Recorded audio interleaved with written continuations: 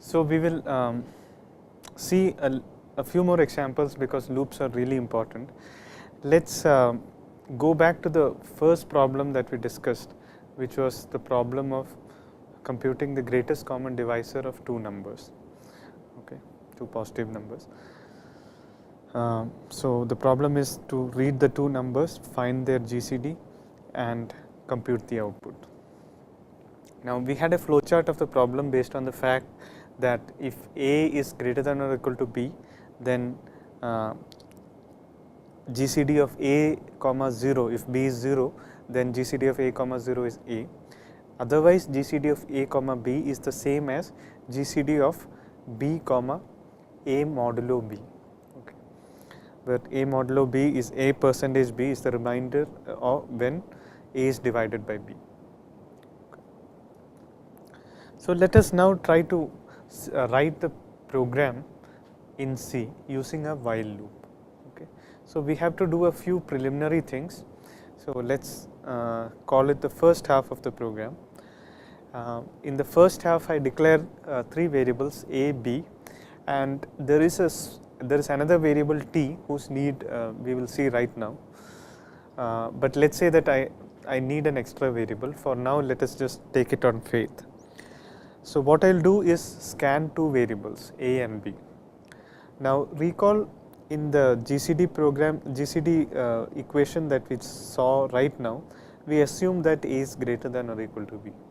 Now what if the user is unaware of this condition and entered the lesser number first? Okay. So he just entered the numbers in such a way that A is less than B. Okay. So we need to correct that, we need to make sure that A is the greater number. So we need to exchange the values of A and B if it is true that A is less than B. Okay. Now how do we do this? Okay.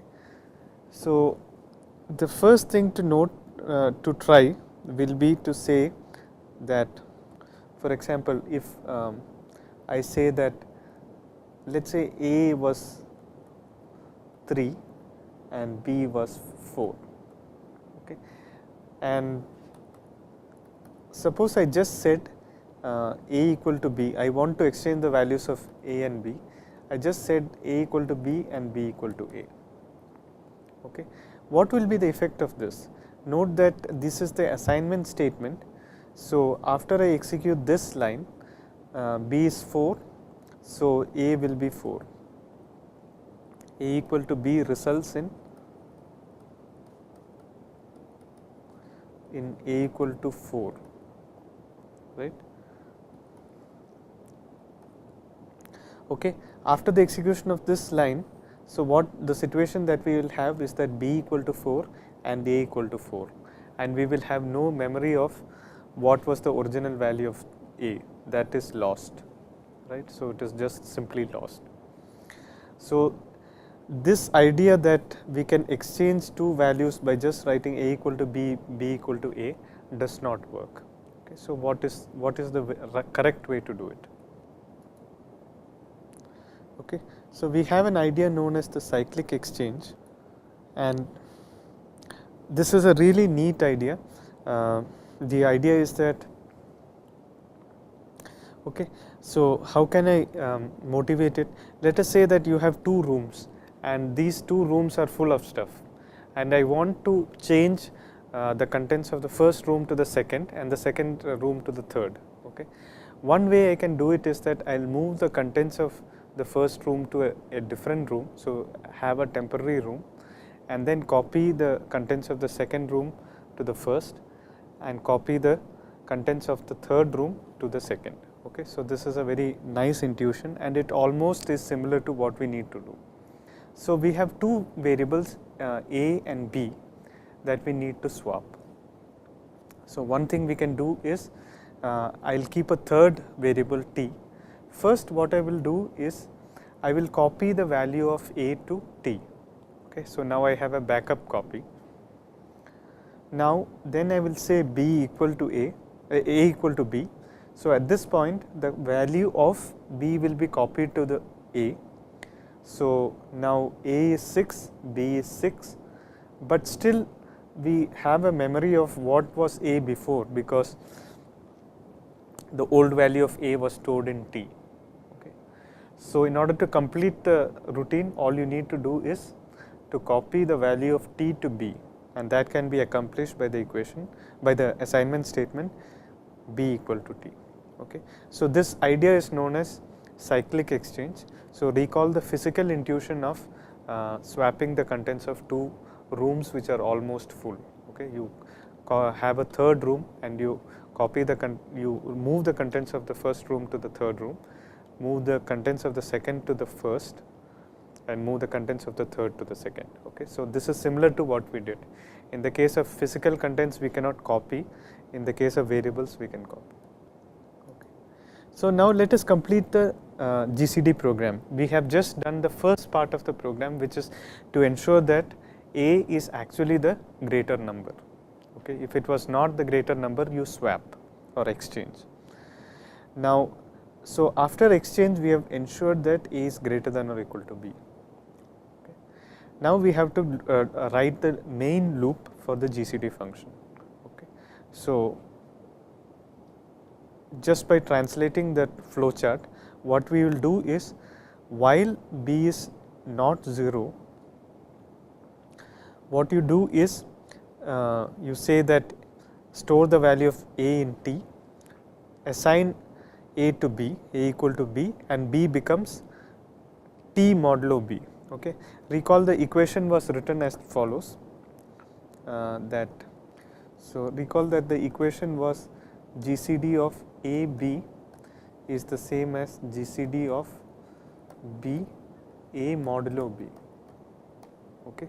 So when you assign a to b, the old value of a is lost and we can no longer do a modulo b. Okay. So the way to do that is you use the idea of a temporary variable, store the old value of a in t before you do a equal to b, so that finally a modulo b can be done by t modulo b. Okay.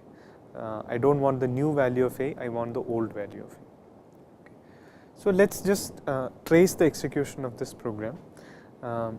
Let's say that I scan two numbers a and b, and the user was correct in entering it. So he or she entered the greater number first. So we have 16 and 9, a equal to 16, b equal to 9, and t is undefined. Okay. So after you read the numbers, you just say GCD of, okay.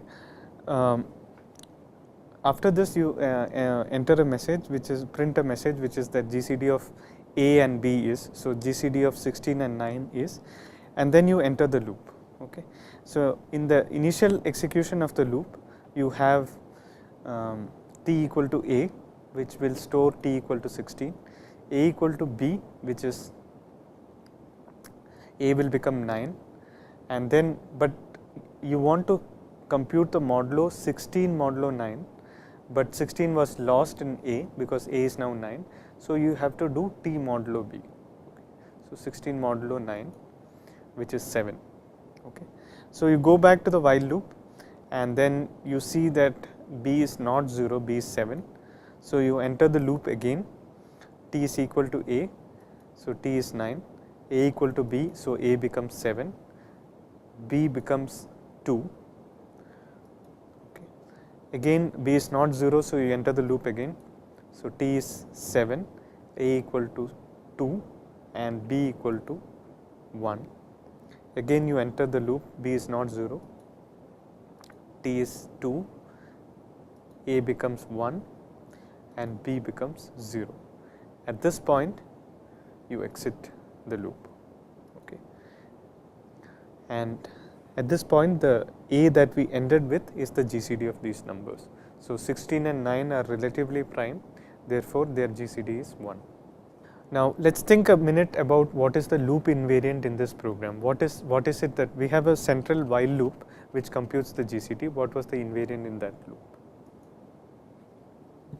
Okay. So for this, I'll just introduce a slight notation which makes it easier to discuss these invariant. So let capital A and capital B be the original numbers that I input, okay, and little a and little b represent the numbers which are involved in the loop, okay. So capital A and capital B were the original input, and the invariant that I have is that at every stage the GCD of the original inputs are the same as the GCD of little a and b.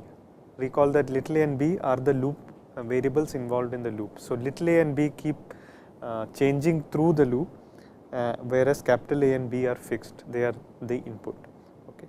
So the invariant that I have is that at every time you enter the loop, the GCD of the input were the same as the GCD of the variable. Okay. Now this guarantees the correctness, because when you exit out of the loop, you will correctly compute.